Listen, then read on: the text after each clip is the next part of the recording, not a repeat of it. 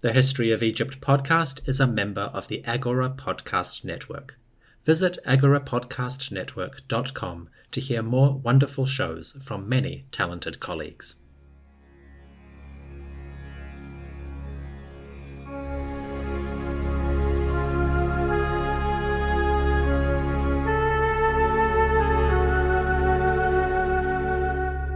Iri, Nini, Enchen, greetings to you. Welcome back to the History of Egypt podcast. This is episode 134b, the Burials of Akhenaten. Today I want to cover some other aspects of the king's royal tomb, things I did not get to discuss in the last episode. Also, I want to tackle the question of KV55, that mysterious grave in the Valley of the Kings that might hold the mummy of Akhenaten. KV55 and Akhenaten have a complicated relationship, and we should dig into it a little bit deeper. So this episode is more supplementary, an add-on to episode 134. If you are just here for the main story, feel free to skip it. But if you want some more nitty-gritty details about Akhenaten, stick around. I think this material is fascinating, and I hope you will agree. Now then, on with the show.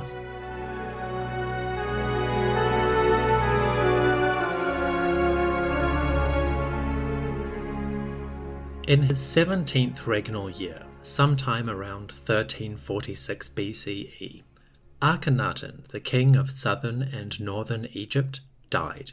He was probably in his early to mid-30s, as far as the historical evidence is concerned. He died of natural causes, as far as we can tell, and when he passed, his heirs prepared the body for its burial. Soon the king's mummy travelled east of Akhenaten, the royal city, and in a secluded tomb hidden among the cliffs of an old river valley, Akhenaten went to his rest. The tomb of Akhenaten at Amarna was discovered in the late 1800s. It was first found by the locals who lived in this area. They uncovered the tomb, and Westerners became aware of it because small items of jewellery appeared on the antiquities market. Soon after, scholars like Flinders Petrie began to investigate this area and the monument. A couple of different expeditions and excavations followed. Scholars would trek out to the royal tomb to examine the monument and sift through some of the debris. Studies of the royal tomb were a bit haphazard in the late 1800s and early 1900s. Then, in the 1970s, a new team came here and conducted a thorough scientific excavation. This new team surveyed the tomb, measuring every nook and cranny. They cleared the debris right down to the bedrock of the floor. They patched up damage, repairing cracks in the walls and installing electric lights. And they catalogued hundreds of objects, fragments of the ancient burial that survived among the wreckage. This modern team, led by Professor Geoffrey Martin of the University College London, did an excellent job. The surveys and maps, drawn by Mark Lehner, who now works at Giza, documented Akhenaten's tomb in wonderful detail. Most of this episode comes from their reports, the material they published in the 1970s and 80s. Thanks to Martin and every member of his team, we have a wonderful look at the burials that took place in Akhenaten's tomb. In episode 134, I described the sarcophagus and shabti figurines that belong to this king. Akhenaten's burial container was a rectangular box made of granite. It bore emblems of the Aten, and the figure of Nefertiti appeared at each corner, wrapping her arms around the edges of the box and enfolding the king in her embrace. This symbol, the queen as a goddess at each corner, was a new feature for royal sarcophagi, one that actually survived into later generations. Kings like Tutankhamun and Horemheb used the same motif, and their sarcophagi show winged goddesses protecting the royal body. It is a beautiful feature of their tombs, and this motif comes from Akhenaten. Fun fact for the day. One object I did not discuss is the remains of Akhenaten's canopic chest. The canopic chest is a box made of stone, and it originally held the jars that contained Akhenaten's organs. The king's canopic jars protecting his vitals are mostly lost, but the chest that once contained them survives. It is fragmented, badly destroyed, but in the 1930s, a scholar reconstructed the chest from its remaining pieces. Thanks to that work, we can get a glimpse at the resting place of Akhenaten's viscera. The canopic chest of Akhenaten was made from a single block of alabaster, a type of calcite or travertine. It is a creamy white, quite soft and easy to carve. From this stone, the ancient artisans made a beautiful box. The chest is a rough square, and its lid is shaped like the roof of a shrine. At each corner, we see 4 falcons, royal birds wearing sun discs on their heads. The falcons stretch their wings left and right so that they wrap around the outsides of the box and overlap with one another. These falcons are symbols of Horus, and so the god protects Akhenaten's viscera, ensuring that his organs and life essence endured. In a sense, these Horus falcons are a parallel to the figures of Nefertiti who protected the sarcophagus. With the queen on his burial container and Horus on the canopic chest, Akhenaten really doubled down on the divine protections for his immortal corpse. Apparently, he really wanted to live forever. The canopic chest would originally have held 4 canopic jars. These jars are mostly lost, but we do have the lid of one of them. The lids of Akhenaten's canopic jars took the form of busts, the head and shoulders of the king. Today we just have the shoulders and part of the neck, but looking at this lid we do get a sense of what the king originally used for his organs. Once again, the lid bears emblems of Horus. A royal falcon appears on each of the king's shoulders. These falcons have sun discs atop their heads, and their wings stretch out to meet in the middle of the king's front and his back. Royal cartouches identify the king and praise the sun god Aten. So the canopic lids are covered in the sort of symbols that Akhenaten really liked, the ones he emphasized in his religious views. Again, Akhenaten's canopic jars seem to emphasize the idea of eternity, divine protection for the king's body, a way that he could live forever. Beyond the burial equipment, the sarcophagus and the canopic chest, Akhenaten also went to his rest with a variety of treasures. Originally, the king's burial chamber would have housed a huge assortment of goods, items for use, for worship, and for activities in the next world. Most of these are lost, removed, or destroyed by later generations, so we do not know the full extent of Akhenaten's burial goods. But Geoffrey Martin and his team recovered many fragments, giving us a glimpse at the items. Let's start with the jewellery. Akhenaten's tomb turned up many traces of jewellery. These ranged from beautiful necklaces to earrings or earplugs, and a huge variety of rings. Akhenaten's tomb had a vast number of rings, made in different materials and bearing wonderful motifs. Among others, we have a ring in the shape of a frog sitting on a flat background. Another one shows a human dancing while playing a tambourine. Some rings bear cartouches, royal names that belong to earlier kings. One of these cartouches identifies the name of Thutmose III, Menkhkare, so it might be an heirloom, an antique, passed down over the generations. Why it went into Akhenaten's tomb, I do not know, but it is cool. Other rings show divine symbols, like the Wadjet Eye, or Eye of Horus. The Wadjet is a famous symbol, an elongated eye with a curling branch beneath. It is a symbol of protection, and I use it as the logo for this podcast. to protect the show from the horrors of the internet. Finally, we have a ring that shows the god Bes, protector of the household and of children.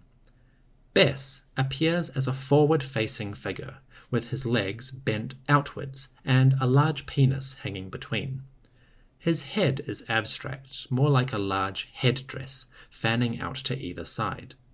To the left and right, Bes is flanked by symbols of life, ankhs. It is an intriguing little ring, and it might seem surprising that Akhenaten, the heretic, quote-unquote, has a symbol of Bes among his treasures. Why would this king have an emblem of such a god? Well, perhaps the ring did not belong to Akhenaten. Maybe somebody donated it as part of their contribution to his burial. Or perhaps it came later, a lost trinket among the wreckage. We cannot be sure. But as we will see in an upcoming episode, the god Bes was popular throughout Akhenaten's reign, and symbols of the deity show up in the city of Akhenaten, Amarna. Apparently, people quite liked him, regardless of the king's beliefs. So Bes turns up in the tomb on a ring. It is a curious little inclusion, one that I quite like. You can see a photo of this ring and others that I've mentioned on the podcast website. Beyond the rings, Akhenaten's tomb contained other items. Golden necklaces made of beads turned up, and one of these necklaces is quite intriguing. A set of pendants from an ancient collar seem to be copies of a piece found in KV 55, the mysterious tomb in the Valley of the Kings associated with Akhenaten's reign. Both of these pieces are nearly identical, and what is really fascinating is that they seem to be foreign. The golden pendants, which you can see on the website, are nearly identical to a set found on the island of Cyprus. A tomb at Enkomi in the eastern Mediterranean contained golden necklace beads that are exactly the same as these, which suggests that Akhenaten's court received jewellery from the artists of Cyprus. Apparently, these exotic goods were valuable enough to go into royal burials. A cool little treasure. Pictures on the podcast website. Finally, we have some miscellaneous objects that turned up in the tomb. Things that are interesting, but not particularly significant. I will run through them quickly because I like cataloguing these sort of items. Akhenaten's burial had a blue faience throwing stick. Like a boomerang, this stick was designed for catching birds, striking them sharply so that the hunter could collect them.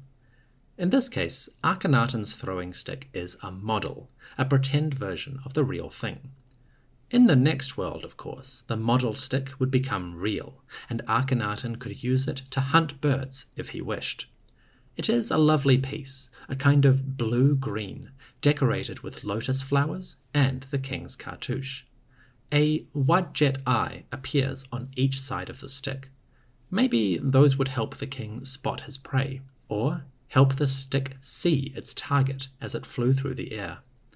Either way, it is a well-made piece, quite lovely indeed. The royal tomb also held many, many vases. Jugs, vessels, and bottles made in different types of stone filled the burial halls. Ideally, these would have contained wine, oil, honey, and food for the king to use in the afterlife. Today, the vases are mostly fragments, smashed to pieces in antiquity, but we can imagine a huge variety of jugs all over the place, containing vital goods. Like many tombs of the late 18th dynasty, Akhenaten's burial had items made of glass. Glass-making had come to Egypt approximately 100 years before, around 1450 BCE. Back then, in the days of Thutmose III and Amunhotep II, glassmakers had started to appear in Egyptian towns. They crushed stones and fired them in furnaces, producing a thin, sparkling material that they moulded into shapes. The most common items of glass were beads, and these turn up in Akhenaten's tomb. But the burial also had inlays for decoration, rods to make more glass later, and various small items that nowadays are just fragments. Egyptian glassmaking is a fascinating industry, one that I hope to describe more in the future. Finally, there were various items of art. Martin's team exploring the tomb found fragments of a statue depicting Akhenaten. It was small and broken, only the torso survives, but it showed the king standing proud, arms crossed over his chest, holding the crook and the flail. This image, the king with his symbols of power, is a classic one for Akhenaten. He used it at Karnak on his colossal statues, and he appears in artistic scenes holding this pose. The crossed arms with crook and flail might be references to the power of Osiris, the eternal ruler who had authority over agriculture, fertility, and life in the Nile Valley. We cannot be sure, but Akhenaten did use this Osiris pose a lot, and it may reflect some aspect of his beliefs. Beyond the statue, the other significant piece of art is a carved relief. This is a famous scene showing Akhenaten, Nefertiti, and 2 of their daughters beneath the rays of Aten. The royal couple stand tall, making offerings to the sun, while the princesses shake the sistra or rattles to catch the god's attention. This image is one of the most recognizable scenes of the time. It shows up in books and catalogues on a regular basis. As far as we can tell, this image comes from the royal tomb. Once again, you can see all of these items on the podcast website.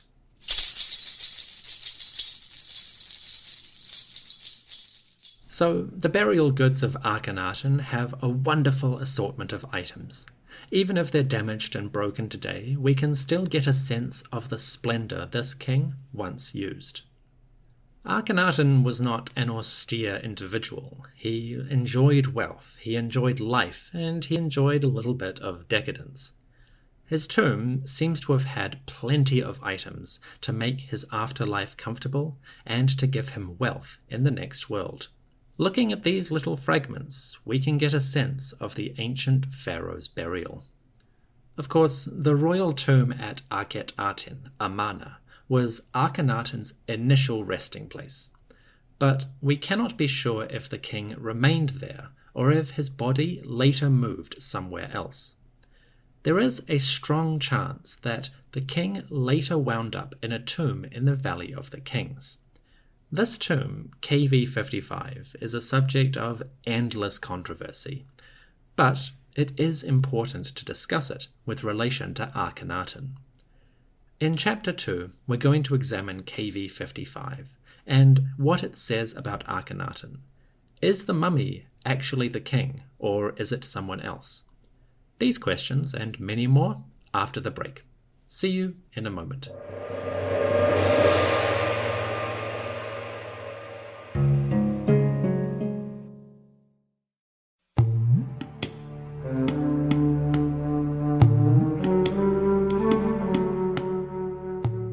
Chapter 2.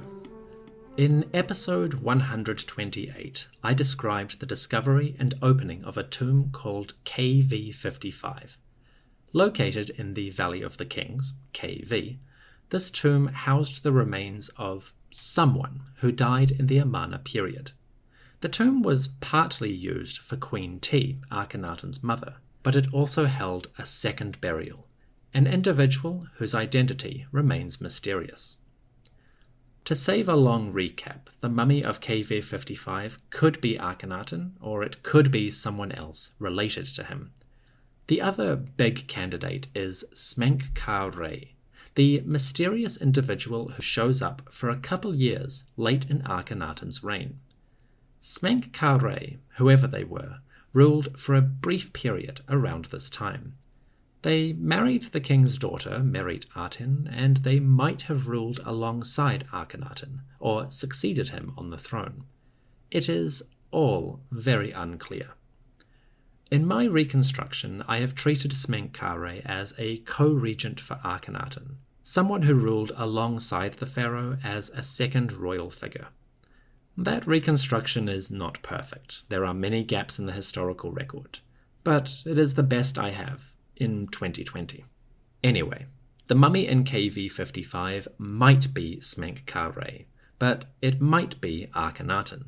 It is hard to tell. You see, the tomb itself was terribly damaged when it first came to light. Part of the roof had collapsed, smashing the coffin and the mummy it contained. Water had also seeped into the hall, degrading the burial equipment and making the mummy terribly fragile.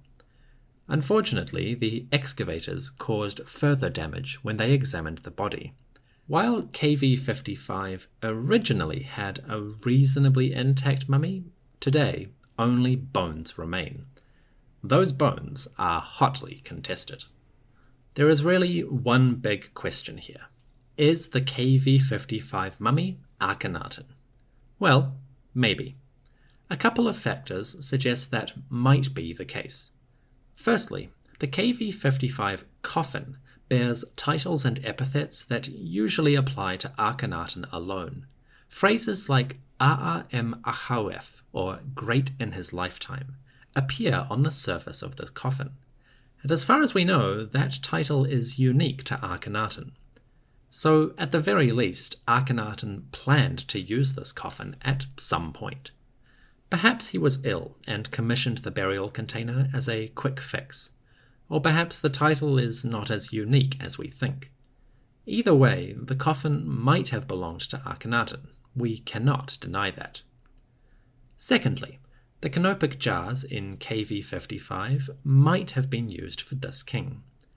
This is an argument put forth by Mark Gabold, who suggests the canopic jars eventually belonged to, quote, Akhenaten and no other, end quote. What Gabold means is that originally the jars belonged to Kiya, Akhenaten's second wife and a member of the royal household. Later, though, Kiya's names were removed and replaced by royal cartouches, possibly those of Akhenaten.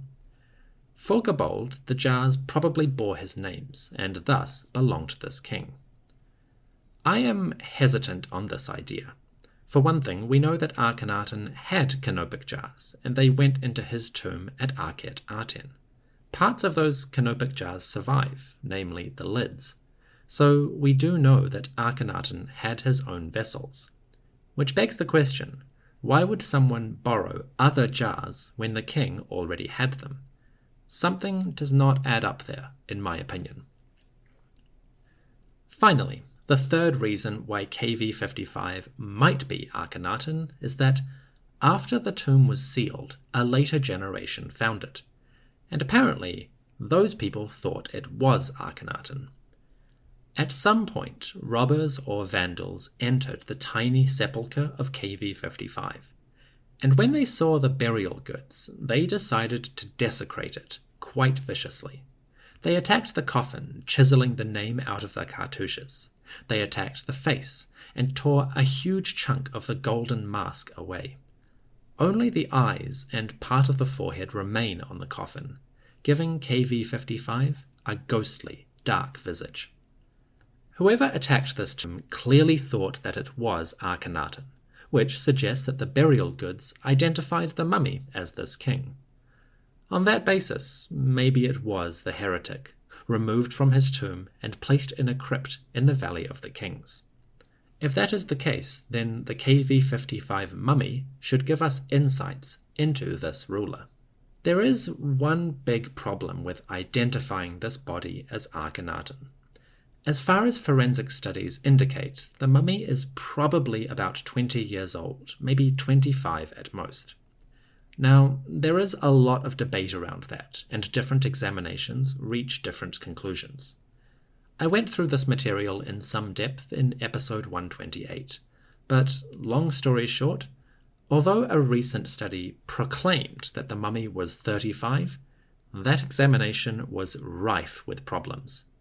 The authors of the paper, Zahi Hawass and a large team, did not provide any evidence or data to back up their 35 years old claim.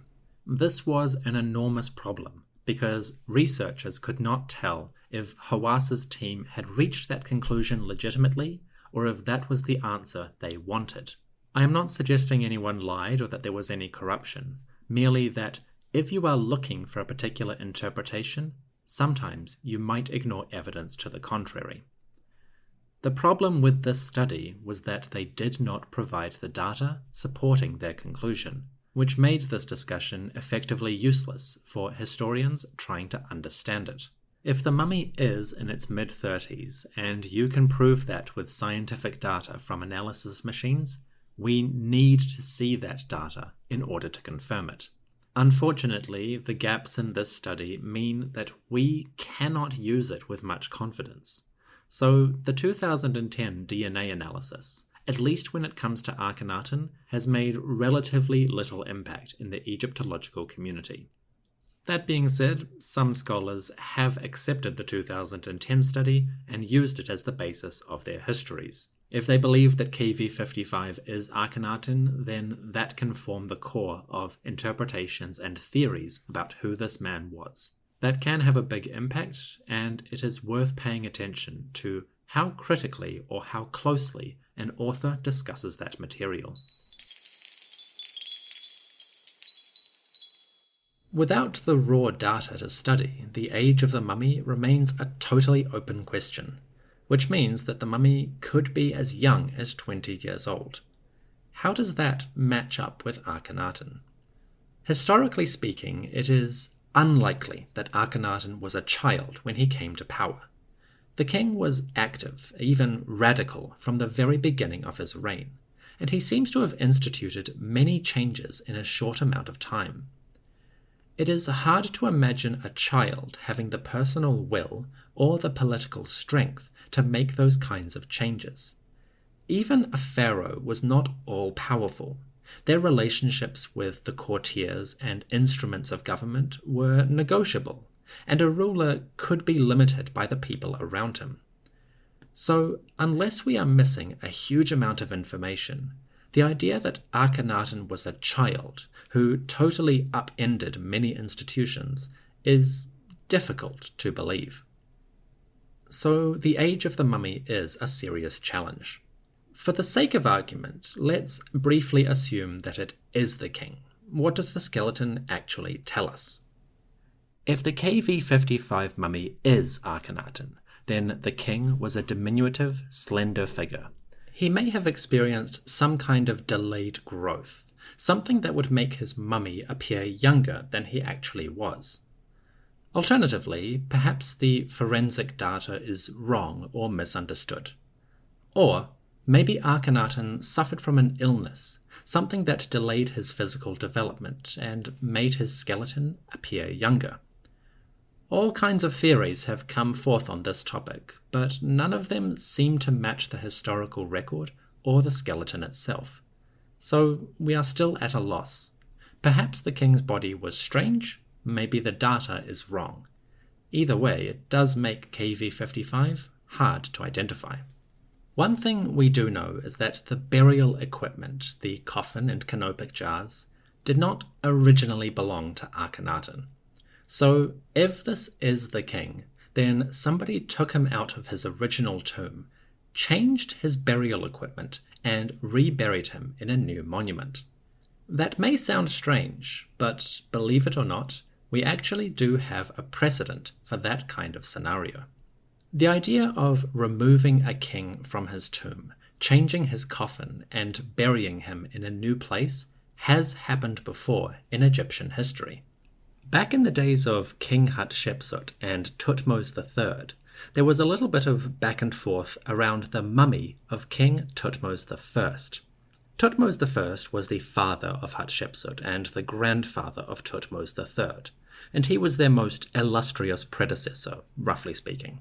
When Hatshepsut took power as a kind of king, she removed her father Thutmose I from his original burial chamber and placed him in her tomb. She gave her father a new sarcophagus and placed her within the sanctuary that she was constructing in the Valley of the Kings. In this sense, Hatshepsut kind of reburied her father symbolically. A couple of decades later, King Thutmose III did the same thing again. After Hatshepsut was dead, Thutmose III went into her tomb, removed the mummy of his grandfather, Thutmose I, and then took it to another burial place. This was the second time that mummy had moved, And again, Thutmose III gave his grandfather new burial equipment when he placed him in a new chamber. So the idea of removing a king from one tomb, giving them new equipment, and placing them in a new tomb does have precedent in Egyptian royal history. In that sense, it is quite possible that King Tutankhamun removed Akhenaten from his original tomb, brought him to the Valley of the Kings, and placed him in a new sepulchre. When he did this, Tutankhamun might have given Akhenaten new burial equipment, repurposed from other individuals. The reasons for doing this would be political and religious. When a new king came to the throne, they were obligated to bury their predecessor. Every ruler was the incarnation of Horus, and every dead ruler was the incarnation of Osiris, the father of Horus. In that sense, every new king, Horus, was supposed to bury their predecessor, Osiris. This was a mark of respect and a way of maintaining the cosmic order. Every generation had their time as Horus and then ascended to the role of Osiris. Tutankhamun may have moved the burial of Akhenaten as a way of fulfilling his obligations to his royal predecessor. If he was going to be a legitimate king of Egypt, he needed to fulfill certain responsibilities. We will come back to this question when we tackle the reign of Tutankhamun. Obviously, there's a lot of complicated historical stuff going on. But long story short, the idea that the KV-55 mummy is Akhenaten, placed in a new tomb with new burial equipment, is not impossible. In fact, there is a precedent for it quite recently in Egyptian history.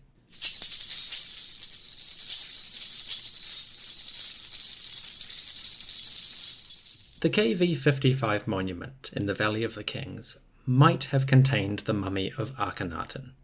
If so, that mummy survives in skeletal remains and is preserved in the Cairo Museum. However, this subject is full of question marks and difficult issues. Personally, I am not yet willing to use KV-55 as a fundamental part of my history. Although the tomb is fascinating and there is clearly something really interesting going on here, there are still, I think, too many questions surrounding the mummy. The biggest issue is the age, and really this is one of those topics that needs dedicated, impartial study by one or even more teams. Hopefully in the future we will get some analyses that are reliable, informative, and which lay their data out thoroughly. If that happens, maybe we will get some more conclusive answers. For now though, I think there are too many questions lingering around KV-55 to be confident in our conclusions. Obviously, that might seem unsatisfactory, and believe me, I feel that quite keenly myself. Unfortunately, that is the name of the game in Egyptology. Sometimes we cannot commit too strongly to a particular interpretation.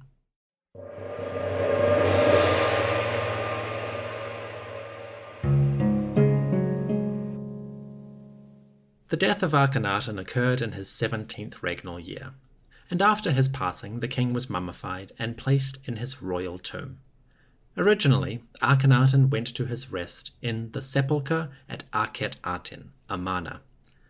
Later, it is possible that somebody removed the king's body, carried it upriver to the Valley of the Kings, and placed it in a new monument. In 2020, we cannot be certain. All we know is that the mummy might be Akhenaten, or it might not. There are good arguments either way, and hopefully future research will provide some more reliable results, or at least some data that historians can work with more confidently. If that happens, we may arrive at some more definitive conclusions, answers that historians can be confident using in their studies. For now, we simply cannot be sure. Akhenaten's mummy, like the king himself, has proved to be quite elusive. This is the definition of a historical mystery.